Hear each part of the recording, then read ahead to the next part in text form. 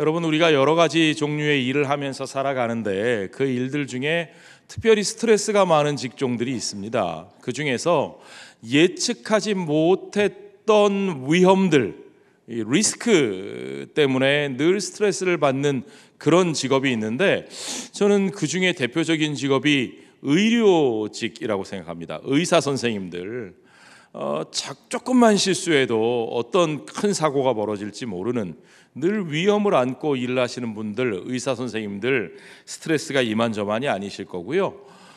정치인들을 봐도 그렇습니다. 정치인들은요, 정치적 상황이 갑자기 돌변하면 모든 게 막 확확 바뀌잖아요. 예전에는 잘한다고 칭찬받았던 일이 정치적 상황이 변하면 역적 취급을 받는 그런 일들이 많아서 굉장히 스트레스 많으실 겁니다. 연예인들도 마찬가지죠. 연예인들, 여러 가지로 잘 나가던 인기인들이 갑자기 어느 한순간 어떤 예측하지 못했던 사건 때문에 막 인기가 곤두박질치고 아주 나쁜 사람이 되어버리는 일들, 그런 위험을 늘 안고 조마조마하면서 불안하게 살아가는 모습들을 우리가 확인할 수 있습니다. 그런데요, 여러분, 의사, 정치인, 연예인들만 그런 게 아니고 목회자들도 그렇게 살아간다는 거예요. 왜 그럴까요? 목회자들이 왜 그렇게 리스크를 떠안고 스트레스를 받으면서 살까요? 왜냐? 제가 물어봤더니 사람들의 반응에 예민할 수밖에 없잖아요, 그러더라고요. 사람들이 어떻게 반응하느냐에 따라서 막 모든 게 확확 바뀌니까. 그런데요, 여러분, 제가 말씀드리고 싶은 것, 목회자뿐만 아니라 우리 모든 그리스도인들, 하나님의 사람들은요, 사람들의 반응에 너무 예민하면 안 된다고 저는 생각합니다. 특히 여러분, 군중들의 반응에 일희일비하시면 안 되는 줄로 믿습니다. 왜냐고요? 자, 여러분, 사람들이 나를 받아들이지 않고 미워한다고 내가 실패한 것이냐? 그렇지 않습니다. 그렇죠? 예. 반대로 사람들이 나를 마치 하나님처럼 높이고 떠받든다고 해서 내가 무슨 대단한 사람이 된 것이냐? 그렇지 않습니다. 이걸 알아야 돼요. 여러분, 이게 중요해요. 우리는 사람들의 반응을 따라 사는 사람들이 아닙니다. 그럼 우리는 무엇을 따라 사느냐? 우리는 소명과 사명을 따라 사는 사람들입니다. 한번 따라해 봅시다. 우리는 소명과 사명을 따라 살아간다. 소명이 뭡니까? 하나님의 부르심, 콜링이죠. 그렇죠? 하나님이 무엇을 위해서 내 인생을 부르셨는가? 사명이 뭡니까? 하나님이 내게 맡기신 일이죠. 미션입니다. 하나님이 무엇을 내게 맡기셨는가? 내가 그것을 따라, 그것을 이루며 살아가야 성공적인 인생이고, 내가 그것을 따라 살지 못하면 내가 실패한 인생인 것이지, 사람들의 반응을 따라 내 성공과 실패가 좌우되는 것이 아니라는 사실을 우리가 알아야 됩니다. 그러면요, 여러분, 한번 생각해 봅시다. 우리가 바울과 바나바의 삶의 길을 따라가고 있는데요, 비시디아 안디옥에서 그리고 이고니온에서 바울과 바나바의 사역에 대해서 사람들의 반응이 어땠었는지 여러분 한번 보시죠. 우리가 사도행전 14장 오늘 5절과 6절은 안 읽었는데 거기 보면 이렇게 되어 있습니다. 이방인과 유대인과 그 관리들이 두 사도들을 모욕하며 돌로 치려고 달려드니, 그 반응이 좋았어요, 나빴어요? 별로 좋은 반응 같지 않아요, 그렇죠? 그들이 알고 도망하여 루가오니아의 두 성 루스드라와 더베와 그 근방으로 갔다. 사람들은 모욕하고 돌로 치려고 달려들었고 사도들은 거기에 멋지게 맞섰어요? 아니고요, 힘없이 도망쳐 나왔습니다. 진짜 포만나게요, 그죠? 그리고 오늘은 또 그들이 정반대의 경험을 합니다. 이게 참 재밌어요. 그야말로 천당과 지옥을 왔다 갔다 하는 겁니다. 여러분, 우리 인생이 그래요. 우리 인생이 천당과 지옥을 하루에도 12번도 더 왔다 갔다 합니다. 그런데 여러분, 우리가 알아야 될 게 뭐냐면 눈앞의 상황이 지옥 같다고 해서 끝난 것이 아니라는 사실을 아셔야 됩니다. 눈앞의 상황이 천당 같은 모습으로 펼쳐진다고 해서 야, 이제 모든 것이 다 잘 됐다? 아니요, 천만에요. 그렇지 않다는 걸 아는 게 중요합니다. 자, 여러분, 오늘 문제가 하나 발생하는데요. 그 문제는요, 바울이 나면서부터 걷지 못한 사람을 고치는 데서 시작돼요. 8절부터 한번 보세요. 남의 전화벨 소리 신경 쓰지 마시고요. 루스드라에 발을 쓰지 못하는 한 사람이 앉아 있는데 나면서 걷지 못하게 되어 걸어본 적이 없는 자라. 바울이 말하는 것을 듣거늘 바울이 주목하여 구원받을 만한 믿음이 그에게 있는 것을 보고, 중요한 건 이거예요. 구원받을 만한 믿음이 그에게 있는 것을 보고 큰 소리로 이르되 내 발로 일어서라 하니 그 사람이 일어나 걷는지라. 자, 분명히 바울이 일어서라 하니까 일어서 걸었으니까 바울이 능력으로 행한 것 같은데, 누가는 뭐라고 기록하냐면 그 안에 구원받을 만한 믿음이 있었다는 거예요. 그러니까 하나님이 그 안에 넣어주신 그 믿음으로 말미암아 구원받은 것이지 바울의 능력으로 구원받은 것이 아니라는 거죠. 맞습니까, 여러분? 그렇습니다. 이게 중요해요.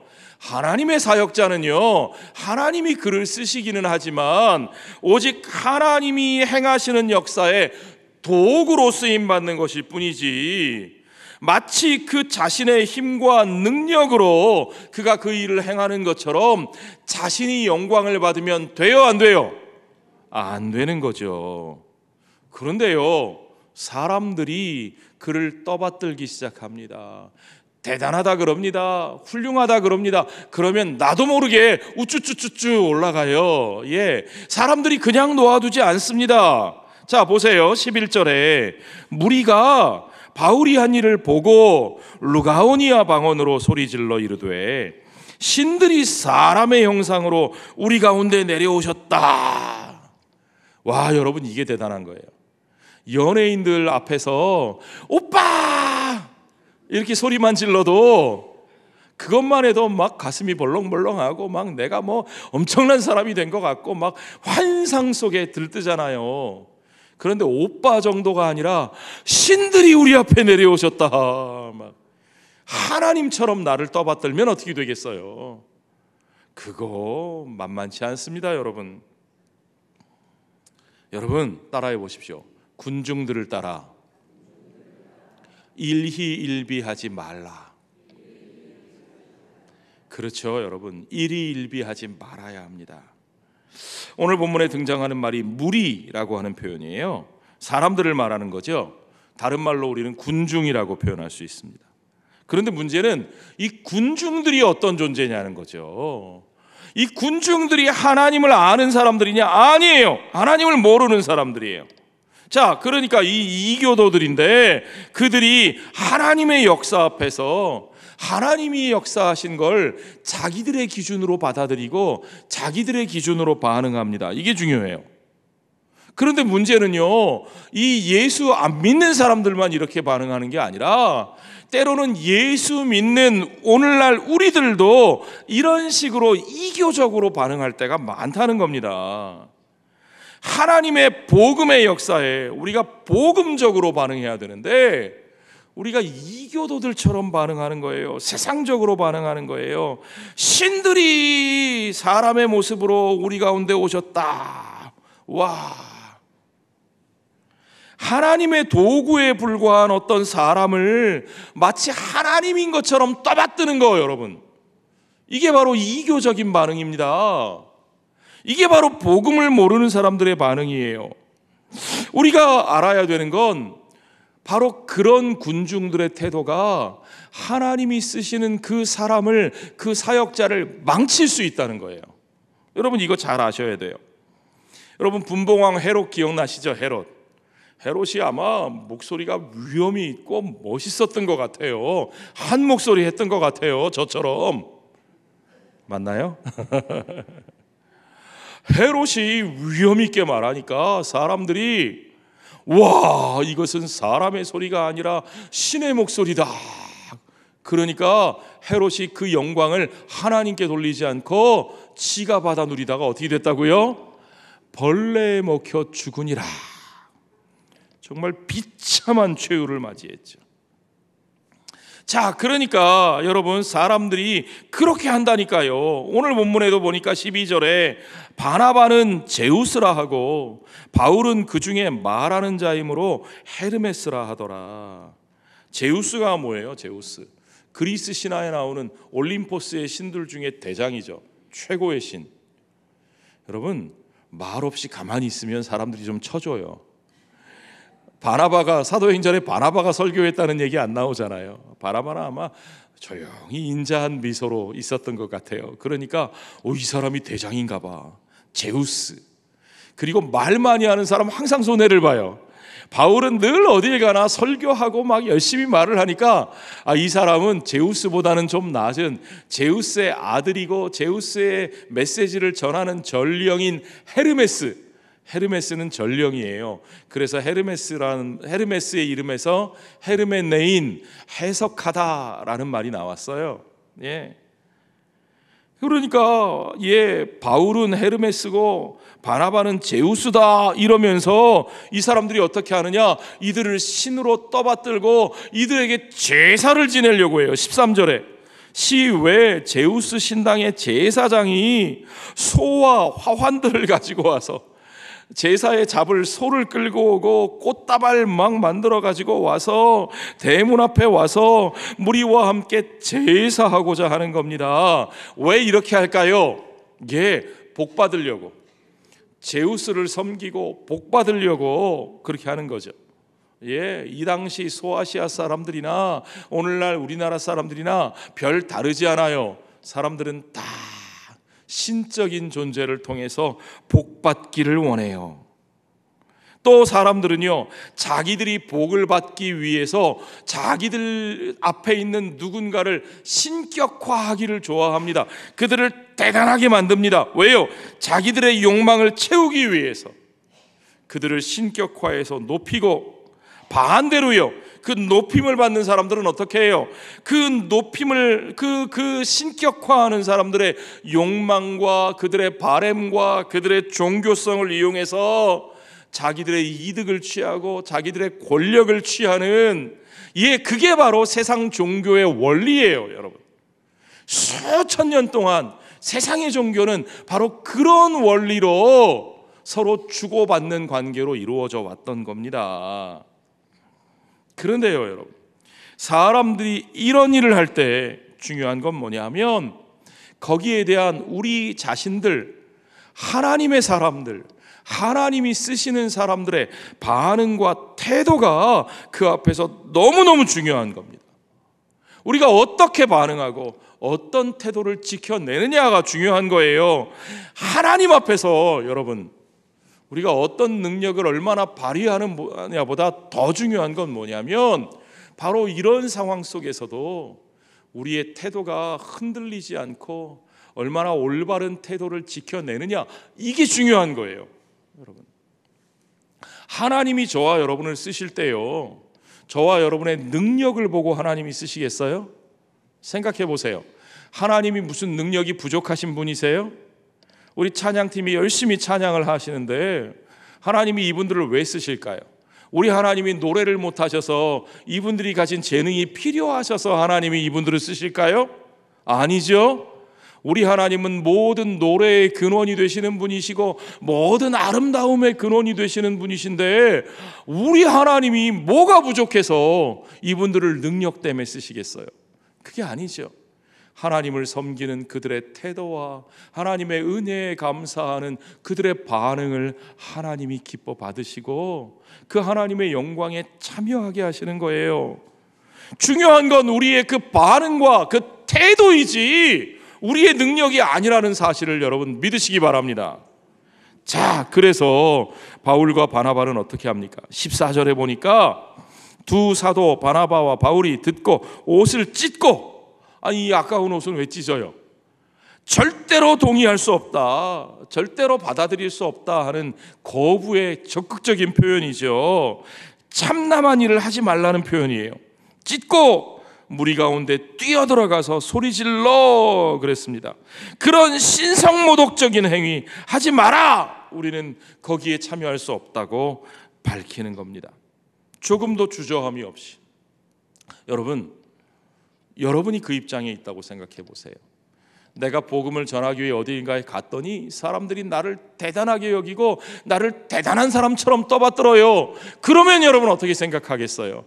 아하, 요거 조금 민망하고 그렇긴 하지만 그래도 요거 잘하면 우리가 세운 목표에 도움이 되겠는데, 교회를 세우는데 도움이 되겠는데, 사람들이 나를 따라오겠는데, 그러니까 내가 조금만 더 대단한 척 해봐야지. 그럴 수 있잖아요. 그런데 그러면 안 된다는 거예요. 주저함 없이 그들 가운데 뛰어들어가서 정직하게 자기들이 어떤 존재인지를 그들에게 분명하게 드러내야 한다는 겁니다. 여러분, 한 번 더 따라해 봅시다. 정직하게 자신을 드러내라. 아멘. 그렇습니다. 그래서 바울이 뭐라고 말합니까? 15절에 이르되 여러분이요 어찌하여 이러한 일을 하느냐? 우리도 여러분과 같은 성정을 가진 사람이라 여러분에게 복음을 전하는 것은 이런 헛된 일을 버리고 천지와 바다와 그 가운데 만물을 지으시고 살아계신 하나님께로 돌아오게 함이라. 살아계신 하나님께로 돌아오게 하는 것이 우리의 목적이지, 우리를 떠받들고 우리 밑에 줄 세우는 것이 목적이 아니라는 거죠. 한마디로 우리도 너와 같다고 말합니다. 우리는 하나도 특별한 존재가 아니라고 말하는 겁니다. 자, 여러분 진짜 자유로운 삶을 살고 싶으시거든 특별한 존재가 되려고 하지 마십시오. 특별한 사람 되려고, 특별한 대접 받으려고 애쓰지 마십시오. 또 여러분 앞에 있는 누군가를 특별한 존재로 만들려고 하지도 마십시오. 목사가 됐든 누가 됐든 어떤 이유로든 그들을 특별한 존재로 만들려고 애쓰지 마십시오. 여러분, 예수님이 말씀하신 것처럼 오직 한 분 하나님만 선하신 것을 믿으시기 바랍니다. 그렇습니다. 그게 복음이에요. 우리는 이 복음을 정직하게 선포해야 되는 사람들이에요. 복음이 뭐냐?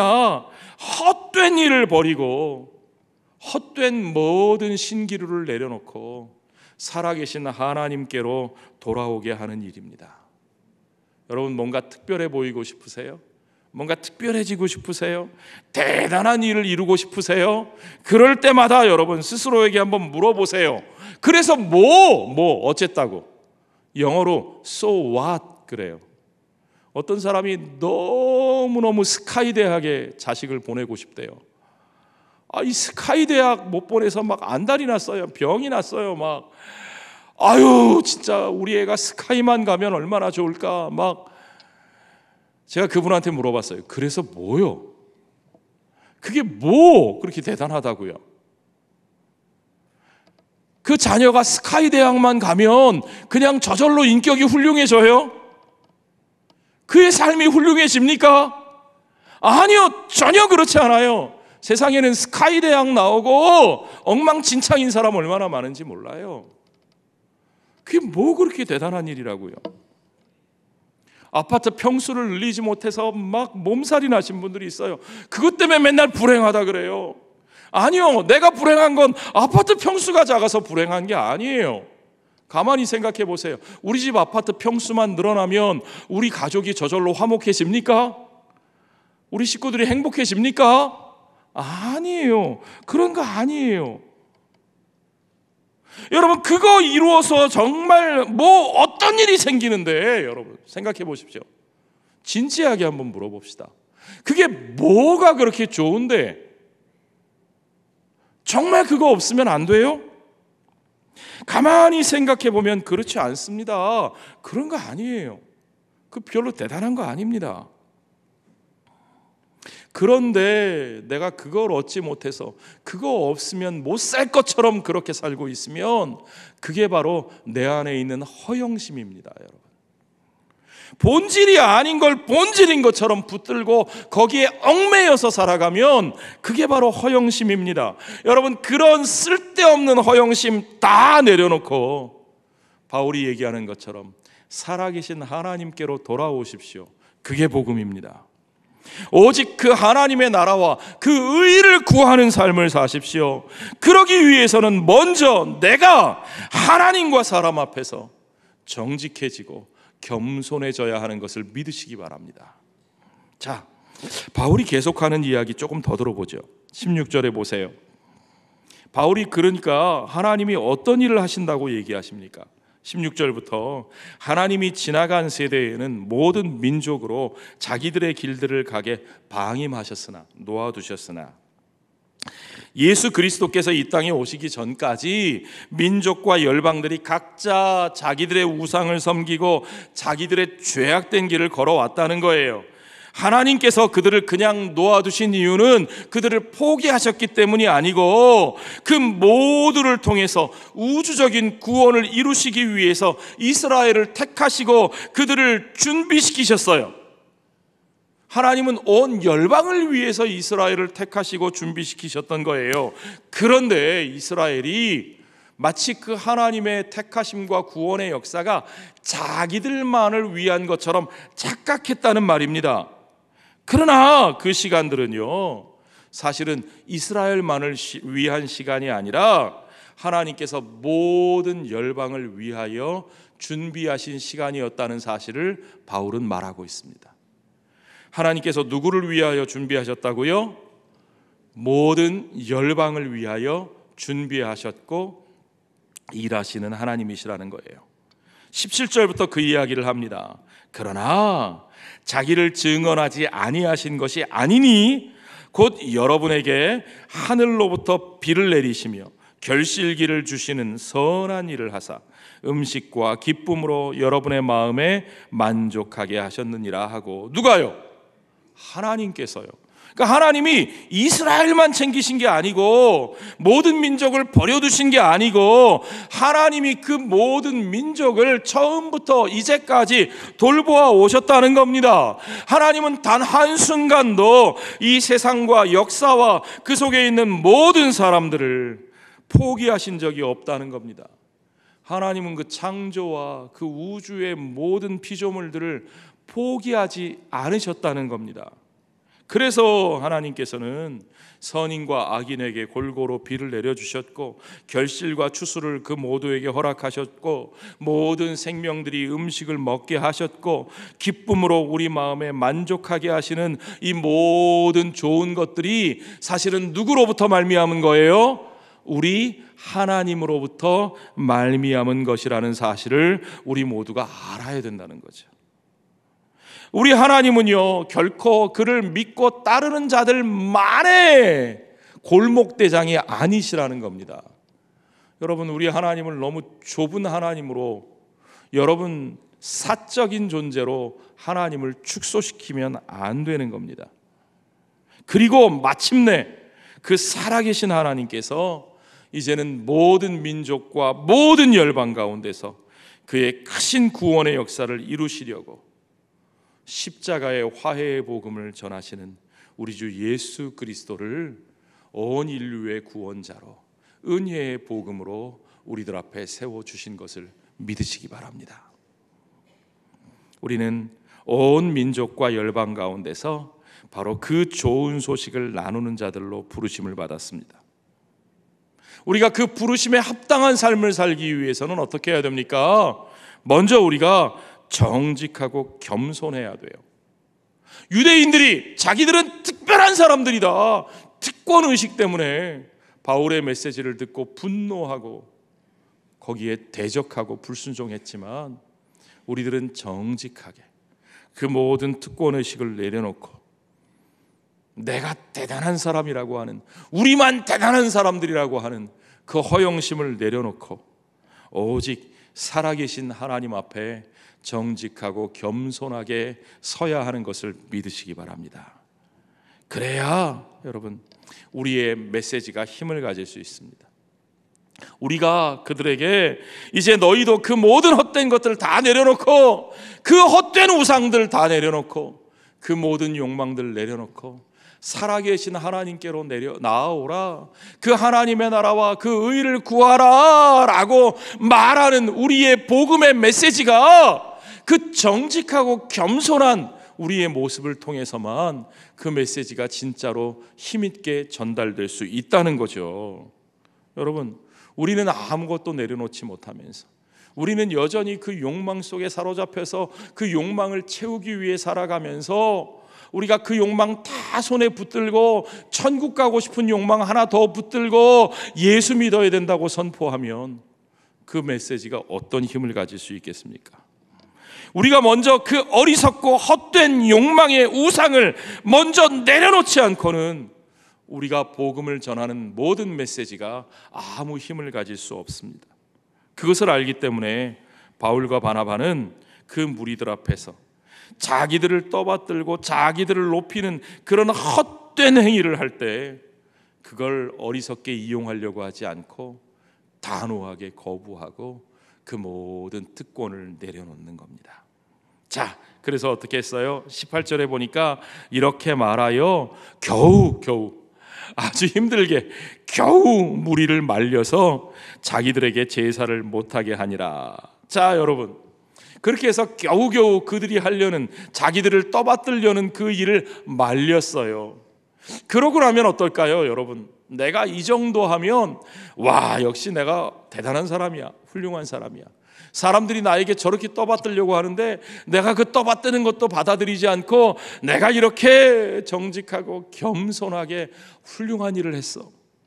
그러면 여러분 어떻게 될까요? 내 마음속에 요즘 표현으로 마음에 뽕이 잔뜩 들어가가지고 어깨가 쭉 올라가고 마치 내가 대단한 인격자, 대단한 개혁자가 된 것처럼 우쭐해지지 않겠어요? 사람들이 나에게 존경과 감사를 보내리라고 기대하지 않겠어요? 대단한 나의 의로움이 드러나야 될 것 같지 않으세요? 그런데 그러고 나서 바울에게 돌아온 일이 뭐죠? 여러분, 이거 한번 생각해 보십시오. 19절부터 보십시오. 유대인들이 안디옥과 이고니온에서 와서, 왜 왔어요? 바울과 바나바를 존경한다고 인사하러 왔어요? 아니죠. 무리를 충동하니 그들이 돌로 바울을 쳐서 죽은 줄로 알고 시외로 내치니라. 예. 그렇게 정직하고 겸손하게 그들의 떠받드는 대접까지도 물리쳤는데, 그런 바울 일행에게 찾아온 것은 그들이 돌로 쳐서 거의 죽은 것처럼 돼서 시체처럼 시외에 버려졌다는 겁니다. 여러분, 이것이 복음 전하는 삶의 여정입니다. 이것이 성경이 우리에게 보여주는 선교적 삶의 발걸음입니다. 이고니온에서는 정말 맥없이 포만 나게 도망쳤고, 루스드라에서는 돌로 처음 맞고, 이쯤 되면 도대체 왜 이렇게 살까? 여러분의 인생이 이렇게 산다면 나는 왜 이렇게 살아야 될까? 이게 뭡니까 도대체? 그러나 여러분, 그것이 전도자의 삶의 모습입니다. 그리고 그것이 제자의 삶입니다. 그것이 선교적 삶이고, 여러분 죄송하지만 그것이 바로 우리가 가야 할 삶의 길입니다. 왜 우리가 그 길을 가야 됩니까? 우리의 주님이신 예수 그리스도께서 바로 그런 길을 걸어가셨기 때문입니다. 우리는 그 길을 걸어가신 주님과 함께 살고 주님과 함께 죽습니다. 우리는 우리를 부르신 그 소명을 따라 살고, 그 소명, 그 사명을 이루는 그 길, 그 사명의 자리 밖에서는 우리 마음대로 죽을 수도 없는 사람들입니다. 아멘. 누가복음 13장 33절에 예수님이 바로 그렇게 말씀하셨어요. 같이 읽어보죠. 그러나 오늘과 내일과 모레는 내가 갈 길을 가야 하리니 선지자가 예루살렘 밖에서는 죽는 법이 없느니라. 하나님이 선지자를 부르신 그 사명의 그 자리 밖으로는 우리가 그 밖에서는 죽을 수도 없는 사람들이다. 우리는 그곳에서 살고 그곳에서 죽어야 한다고 예수님이 말씀하셨습니다. 사람들이 바울을 그렇게 배신하고 그를 돌로 쳐서 쓰러뜨렸지만 바울을 죽일 수 없었어요. 바울의 생명은 그들에게 달린 게 아니에요. 우리의 인생은 그들의 손에 달린 게 아니에요, 여러분. 그의 발걸음과 그의 사명을 막을 수도 없었습니다. 고린도후서 4장 6절에 보면 바울이 이렇게 표현합니다. 박해를 받아도 버림받지 아니하며 거꾸로 뜨림을 당하여도 망하지 아니하고. 사람들이 우리를 박해할 수 있어요. 그러나 우리 인생 버려지지 않습니다. 하나님이 우리를 버리지 않으셔요. 그들이 우리의 인생을 정말 거꾸로 갖다가 처박을 수도 있어요. 그러나 그런다고 우리의 인생이 망하지 않습니다. J.B. 필립스라고 하는 분이 필립스 성경을 번역하신 분인데, 그분이 그 영어 성경에서 이렇게 번역하셨어요. 약간 의역인데요. We may be knocked down. 우리는 아마도 쓰러질 수 있다. But 그러나 we are never knocked out. 우리는 절대로 knock out, 패배하지 않는다. 아멘. 그렇습니다. 우리는 쓰러질 수는 있어도 KO패 당하지 않습니다. 왜요? 하나님이 우리를 버리지 않으셨거든요. 아멘. 그렇습니다. 죽은 줄로 알고 성 밖에 내다버려졌던 바울이 다시 일어나 제자들 앞에 서서 다시 그곳으로 들어갑니다. 다시 또 다른 곳으로 바나바와 함께 더베로 떠나갑니다. 하나님이 쓰시는 사명자의 발걸음을 그들이 결코 막을 수 없습니다. They can never stop. 아멘. 그렇습니다. 이제 첫 번째 선교 여행의 여정이 마무리되어 갑니다. 보십시오. 루스드라에서 더베로 갔다가 21절에 보니까 복음을 그 성에서 전하여 많은 사람을 제자로 삼고, 아무리 박해하고 대적하는 자들이 있어도 하나님이 제자들을 세워주십니다. 하나님 나라의 역사가 살아있습니다. 루스드라와 이고니온과 안디옥으로 돌아가서, 그러니까 이거 보세요. 그 안디옥과 루스드라, 이고니온에서 그 엄청난 일을 당하고, 저 같으면 그쪽 방향으로 오줌도 누기 싫을 것 같은데, 그런데 그곳으로 다시 돌아갔다는 거예요. 왜요? 왜 그렇게 합니까? 하나님의 나라를 선포하고 교회를 세우기 위해서 그곳에 하나님께서 제자들을 세워주셨기 때문에 그런 겁니다. 그 제자들을 위해서 바울이 뭐라고 당부하는지 보십시오. 22절부터 보니까 제자들의 마음을 굳게 하여 이 믿음에 머물러 있으라, 이 은혜의 복음에 머물러 있으라 권하고, 또 우리가 하나님 나라에 들어가려면 많은 환난을 겪어야 할 것이라. 아니, 이제 막 예수 믿고 제자로 교회로 세워진 성도들에게 아이고 걱정 마, 예수 믿으면 잘 될 거야, 형통할 거야, 성공할 거야, 그렇게 하면 좋을 것 같은데, 하나님 나라에 들어가려면 뭐 해야 된다고요? 환난을 많이 겪게 될 것이라고요. 이게 성경인데 어떡하겠어요? 성경이 이렇게 말하고 있는데 어떡하겠어요? 각 교회에서 그러나 그 환난을 그들이 겪게 될 것이나, 하나님이 그들을 혼자 두지 아니하시고 교회로 세워 장로들을 택하여 금식 기도하며 함께 기도하며 그들이 믿는 주께 그들을 위탁하게 하시는 하나님, 그 공동체를 세우시고 일꾼들을 세우시고 함께 기도하며 주님 앞에 위탁한 삶을 살아가게 하시는 하나님, 그 하나님께서 우리의 삶을 진정으로 복되게 하시는 것을 믿으시기 바랍니다. 그렇습니다. 그렇게 바울은 지도를 보여주세요. 그렇게 그곳에서 복음을 전하고 비시디아 안디옥에서 밤빌리아로, 밤빌리아에서 버가로, 버가에서 아탈리아 바닷가로 나와서 다시 배 타고 수리아 안디옥, 처음 그들을 파송했던 곳으로 돌아옵니다. 이렇게 첫 번째 선교 여행의 여정이 마무리되는 거예요. 사도행전 14장 26절에 보면 거기서 배 타고 안디옥에 이르니 이곳은 두 사도가 이룬 그 일을 위하여 전에 하나님의 은혜에 부탁하던 곳이라. 그들이 처음 그곳으로 돌아왔어요. 자, 그곳이 어떤 곳이냐? 그들을 파송하면서 하나님의 은혜에 부탁하던 곳이라 그랬어요. 예, 그렇습니다. 그들의 여정 정말 험난했습니다. 사람들의 환영만 받은 것이 아니고 미움과 오해와 박해와 온갖 대적을 받고 온갖 고난을 겪은 길, 정말 목숨을 잃을지도 몰랐던 그런 길들을, 그 길을 걸어왔는데 그들이 그 길을 온전히 걸어갈 수 있었던 이유가 무엇이냐? 처음부터 그들은 하나님의 은혜에 부탁하심을 받았다는 겁니다. 영어 성경에 보니까 이 표현을 이렇게 해요.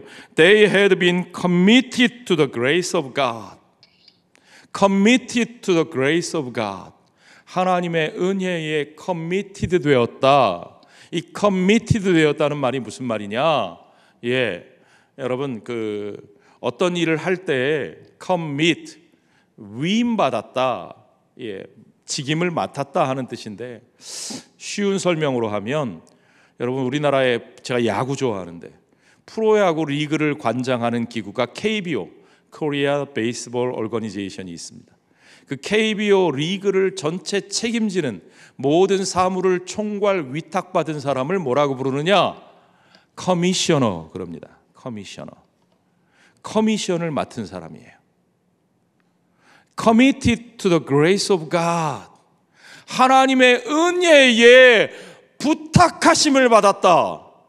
하나님의 은혜에 그들의 모든 발걸음을 위탁했다. 그들 자신이 그들의 발걸음을 책임지는 것이 아니라 오직 하나님의 은혜가 그들의 발걸음과 그들의 삶과 그들의 모든 과정들을 책임져 주시는 것을 여러분 믿으시기 바랍니다. 그렇습니다.